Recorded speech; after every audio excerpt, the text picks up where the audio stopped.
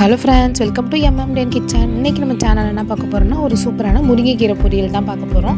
முருங்கைக்கீரை உடம்புக்கு ரொம்ப நல்லது. அது சில பேர் சாப்பிடாம இருப்பாங்க. இந்த மாதிரி பொரியலாக செஞ்சு கொடுத்து பாருங்கள், எல்லாருமே விரும்பி சாப்பிடுவாங்க. இப்போ வாங்க நம்ம எப்படி செய்கிறதுன்னு பார்க்கலாம். எவ்வளோ முருங்கைக்கீரை செய்கிறீங்களோ அதுக்கு தேவையான அளவுக்கு கீரை எடுத்து இந்த மாதிரி உருவி வச்சுக்கோங்க.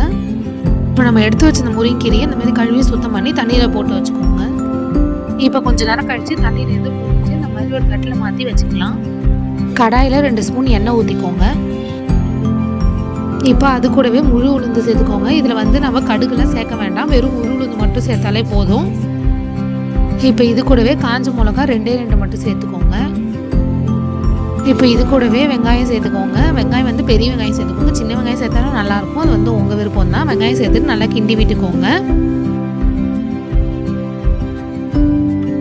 இப்போ நம்ம எடுத்து வச்சிருந்த முருங்கைக்கீரையை இது கூட சேர்த்துக்கோங்க. முருங்கைக்கீரை உடம்புக்கு ரொம்ப நல்லது. அதில் இருக்கிற பூவையுமே போட்டுக்கோங்க. அதனால் எந்த பிரச்சனையுமே கிடையாது. முருங்கைக்கீரையில் விட்டமின் இருக்கிறதுனால உடம்புக்கு ரொம்ப நல்லது. அதுவும் இல்லாமல் அயன் கண்டென்ட் வேறு இருக்குது.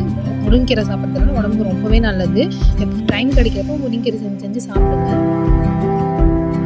இப்போ முருங்கைக்கீரையை போட்டுட்டு நல்லா கிண்டி விட்டுக்கோங்க. நீங்கள் எப்போ எங்கே முருங்கைக்கீரையை பார்த்தாலும் உடனே வாங்கிட்டு செய்யுங்க. அவ்வளோ உடம்புக்கும் நல்லது, டேஸ்ட்டுமே நல்லாயிருக்கும்.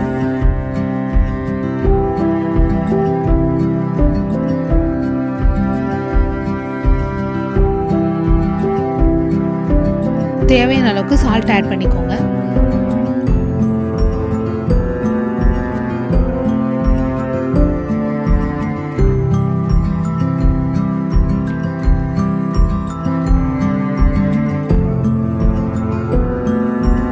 இப்போ பாருங்கள், நம்ம ஸ்டார்டிங்கில் வச்சதுக்கும் இப்போக்கும் உங்களுக்கே நல்லா டிஃப்ரென்ஸ் தெரியும். கீரை நல்லாவே சுருங்கி ரெடி ஆகிட்டு இருக்கு.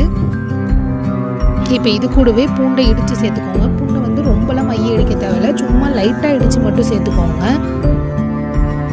பூண்டு சேர்த்துட்டு நல்லா கிண்டி விட்டுக்கோங்க. நம்ம பூண்டு சேர்த்தா வாசனையாகவும் இருக்கும், உடம்புக்கும் நல்லது. அதுவுமே இல்லாமல் முருங்கைக்கீரையும் பூண்டும் மேக் த பெஸ்ட் காம்பினேஷன். டேஸ்ட்டும் அந்த அளவுக்கு சூப்பராக இருக்கும். நீங்கள் எந்த குழம்பு வச்சாலும் சரி, இதை தொட்டுக்கி வச்சு சாப்பிட்டிங்கன்னா சும்மா டேஸ்ட்டு செம்மையாக இருக்கும். இப்போ உங்களுக்கே தெரியும் ஸ்டார்டிங் இருந்ததுக்கும் இப்போ டிஃப்ரென்ஸு. முருங்கைக்கீரை போட்டோன்னே சூப்பராக ரெடி ஆகிட்டே இருக்குது.